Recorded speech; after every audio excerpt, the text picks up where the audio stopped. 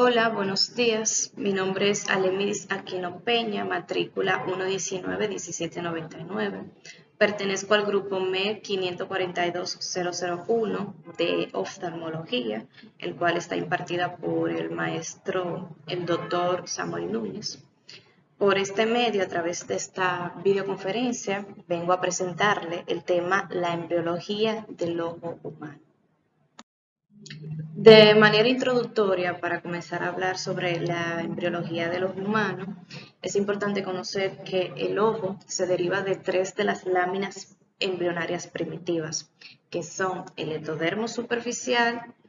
De este ectodermo superficial se deriva la cresta neural, por consiguiente el ectodermo neural y el mesodermo, que este último no participa realmente en la formación del ojo, pero sí tiene algunas funciones importantes que más adelante se las comentaré. Como bien, el ojo se deriva de estas tres capas. El ectodermo superficial es la lámina, que da origen al cristalino, a la glándula lagrimal, al epitelio corneal, a la conjuntiva con sus glándulas anexas y la epidermis de los párpados.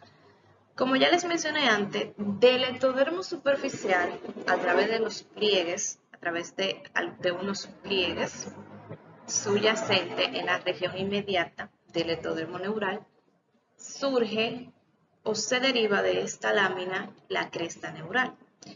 La cresta neural tiene una función importante que produce queratonocitos. Los queratonocitos son las células corneales y también produce el endotelio de la córnea.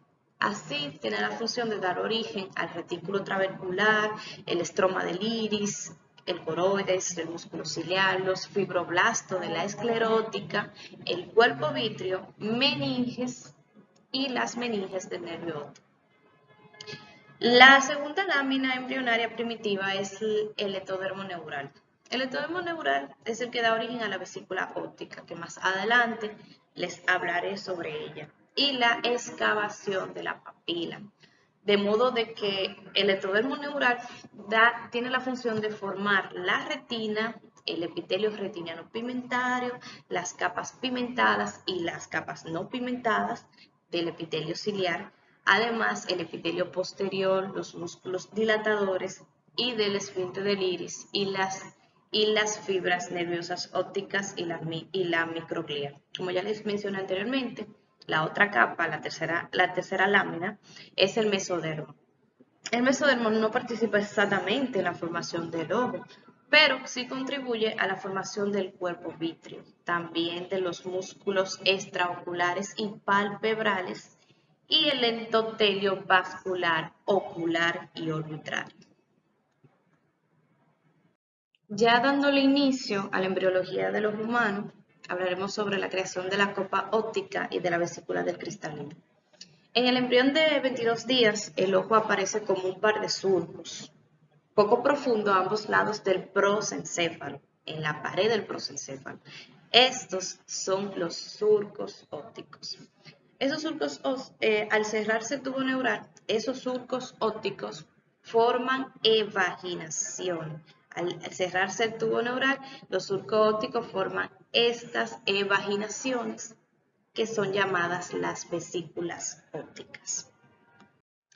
Más tarde entra en contacto con el ectodermo superficial, estas vesículas, podemos ver estas vesículas que ya se formaron, entran en contacto con el ectodermo superficial, produciendo en él los cambios necesarios para la formación del cristalino. Poco después, las vesículas ópticas comienzan a invaginarse para constituir la capa óptica de doble pared, que es esta, la capa óptica de doble pared. En un principio, las capas internas y externas de la capa óptica están separadas por una luz, conocido como espacio retiniano. Esto es el espacio retiniano. Pero esas capas no quedan separadas, sino que se cierra la luz y se produce la copa óptica. Aquí se cierran las luces del espacio retiniano y se produce la copa óptica. La invaginación no se limita a la porción central de la copa,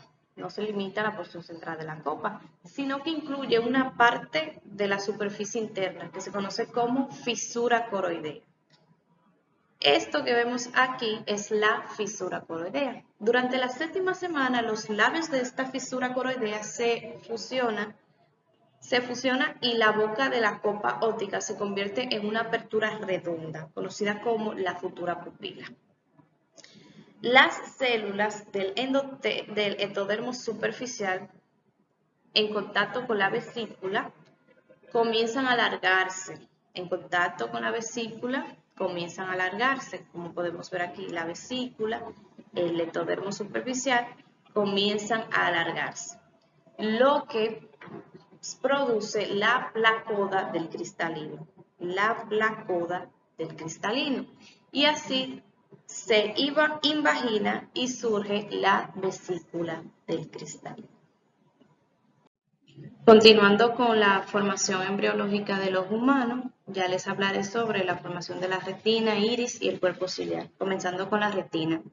La retina se desarrolla a partir de las paredes de la copa óptica, una zona de crecimiento periférico del prosencéfalo. Sus paredes se convierten en dos capas de la retina. La capa externa y fina de la copa se forma en la capa pigmentaria de la retina, que es esta, la capa pigmentaria de la retina, mientras que la capa interna gruesa se convierte en la retina neural o la capa de la retina neural. La capa externa de la copa óptica, que se caracteriza por tener gránulos pigmentarios, se conoce como capa pigmentaria de la retina. El desarrollo de la capa interna, que es la capa neural, que es esta, la capa de la copa óptica, es más complejo. Los 4/5 posteriores, la porción óptica de la retina, contienen células que delimitan el espacio interretiniano y se diferencian en los bastones y los conos. Los bastones son más numerosos y más sensibles a la luz que los conos, van de 6 a 7 millones, pero no detectan el color como hacen los conos. Entonces, junto a esta capa fotorreceptora se halla también la capa manto, que es esta, la capa manto, que al igual que en el cerebro, esta genera neuronas y células de soporte. Entre ellas, la capa nuclear externa, la capa nuclear interna y la capa nuclear ganglionar. Aquí tenemos la capa nuclear ganglionar, vamos de abajo hacia arriba. La capa nuclear externa, la capa nuclear interna y la capa nuclear ganglionar. ¿Qué pasa? Sobre la superficie se encuentra una capa fibrosa que contiene los axones de las neuronas de las capas más profundas. En esta zona las fibras nerviosas convergen en el tallo óptico, el cual se convertirá en el futuro nervio óptico. Continuando, el iris y el cuerpo ciliar. Bueno, en el quinto anterior de la capa interna, la porción ciega de la retina, se conserva como una sola capa. Más tarde se divide en una porción iridia o parte iridia, que es esta, una porción iridia de la retina que forma la capa interna del iris y una porción ciliar, que es la que le continúa, o parte ciliar de la retina, que participa en la formación del cuerpo ciliar.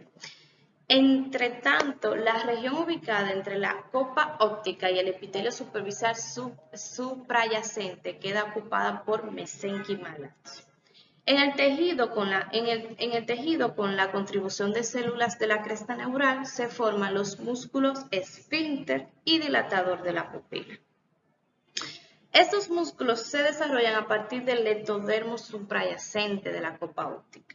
En los adultos, el iris está integrado, que es importante decir, por una capa externa que contiene pigmento, la capa interna pigmentada de la copa óptica y una capa de tejido conectivo con vascularización abundante que contiene los músculos de la pupila. La porción de la retina se reconoce con facilidad por su plegamiento marcado. En su parte externa está cubierta por una capa de membrana en forma de músculo ciliar, es este. una capa de membrana en forma de músculo ciliar, que es este músculo que podemos ver en la imagen. ¿Qué pasa? El músculo ciliar, que es el responsable del enfoque del cristalino, en el interior está conectado con el cristalino a través de una red de fibra, que son estas fibritas azules que podemos ver, está conectado a través de una red de fibras, lo que se conoce como el ligamento suspensorio o zónula.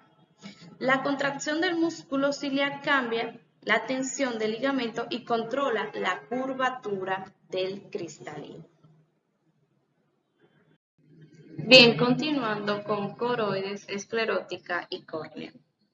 Al final de la quinta semana, el primordio del ojo está del todo circundado por el mesénquima laxo. Este tejido pronto se diferencia en una capa interna comparable a la pía madre del cerebro y una capa externa equivalente a la dura madre.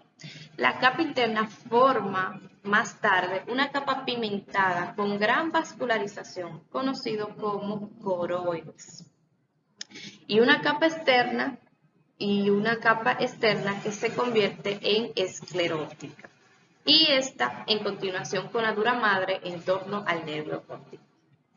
La capa anterior se forma por vascularización y se divide mesénquima en una capa interna delante del cristalino y el iris llamada, una capa interna delante del cristalino y el iris llamada membrana iriopupilar, y en una capa externa que se continúa con la esclerótica, conocida como sustancia propia de la córnea.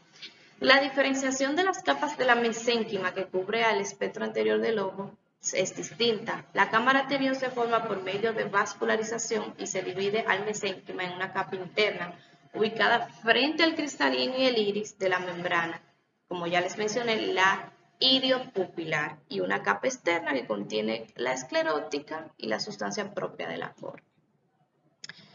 Algo importante es que la cámara anterior está cubierta por células mesenquimatosas aplanadas. Así, la córnea está integrada por una capa epitelial que deriva del ectodermo superficial, la sustancia propia o estroma que tiene continuidad con la esclera, y una capa epitelial que limita la cámara anterior, la membrana iriopupilar, como ya les dije, ubicada frente al cristalino, desaparece por completo. Y la cámara posterior es el espacio ubicado entre el iris y el cristalino, por delante el cuerpo ciliar y en la parte por delante el iris y el cristalino, y por detrás el cuerpo ciliar. Las cámaras anterior y posterior se comunican a través de la pupila y están ocupadas por un líquido o fluido denominado humor acuoso. El humor acuoso es producido por el proceso del cuerpo ciliar. El humor acuoso transparente circula de la cámara posterior a la cámara anterior para aportar nutrientes a la córnea y al cristalino, ya que ambos son estructuras avasculares, es decir, que no tienen ninguna irrigación sanguínea. Entonces, desde la cámara anterior el líquido pasa por el seno venoso a la esclerótica en el ángulo idiocorneal, donde se reabsorbe para pasar al torrente sanguíneo. El bloqueo del flujo de líquido este flujo de líquido es lo que se conoce como una causa del glaucoma. En cuanto al cuerpo vítreo, el mesénquima no solo rodea el primordio ocular desde el exterior, además invade el interior de la copa óptica a través de la fisura coroidea, que es esta, la fisura coroidea. Aquí crea los vasos hialoides, que durante la vida uterina irrigan el cristalino para constituir la capa vascular en la superficie interna de la retina. Además, produce una red de fibras entre el cristalino y la retina. Más tarde, los espacios intersticiales de la red se llenan de una sustancia gelatinosa transparente, creando así el humor vítreo. El humor vítreo primario deriva de las células mesenquimales, originadas en la cresta neural, que segrega una matriz gelatinosa denominada cuerpo vítreo primario. El humor vítreo primario queda rodeado más adelante por un humor vítreo secundario, gelatinoso, que se supone que procede de la capa interna de la copa óptica. El humor vítreo secundario está constituido por hialocitos, células vítreas primitivas, material de colágeno y trazas de ácido hialurónico. Ya casi finalizando, tenemos el nervio óptico, que durante la 7ª semana del desarrollo se cierran las fisuras y aparece el túnel estrecho dentro del tallo. Las paredes de la capa interna aportan una red de neuroglía donde se sostienen las fibras del nervio óptico y así el tallo óptico se transforma en nervio óptico. También es importante decir que la copa óptica está conectada con el cerebro por medio del tallo óptico, que contiene un surco, lo que se conoce, como se repitió anteriormente, la fisura coroidea en su cara ventral. Y en este surco se ubican los vasos hialinos. Las fibras nerviosas de la retina que regresan al cerebro se distribuyen entre las células de la pared interna del tallo. Durante la 7ª semana, como ya les mencioné, la fisura coroidea se cierra y forma un túnel dentro del tallo óptico. Entonces, la pared interna del tallo crece y aparece interna y externa de esta estructura y entonces las paredes internas y externas de esta estructura se fusionan. Las células de la copa interna promueven una red de neuroglía que sostiene a las fibras del nervio óptico. El tallo óptico se transforma en el nervio óptico. Su centro aloja un segmento de arterias hialoideas, denominado después arteria central de la retina. Ya para finalizar, están los párpados y el aparato lagrimal. Los párpados se desarrollan a partir del mesénquima, excepto la epidermis y el epitelio de la conjuntiva, que se derivan del ectodermo superficial. A las 6 semanas se ven por primera vez las gemas palpebrales que crecen frente al ojo, al que llegan y con el que se fusionan hacia las 8 semanas. La glándula lagrimal y las glándulas lagrimales accesorias se desarrollan a partir del epitelio conjuntival. El sistema de drenaje lagrimal también se deriva del ectodermo superficial y se desarrolla a partir de un cordón epitelial sólido que queda encerrado entre los procesos maxilar y nasal de las estructuras faciales en desarrollo. Como podemos ver en la imagen, a la 3ª semana los párpados se fusionan. Podemos ver la capa epitelial superficial. El 3er mes, crecimiento de pestañas, glándulas sebáceas y glándulas sudoríparas. 5º mes, inicia la separación y 7º, 8º mes es completa la separación del párpado y ya la creación del mismo. Bien, eso fue todo por mi parte. Muchas gracias. Estas fueron las bibliografías utilizadas para la creación de esta videoconferencia. Gracias.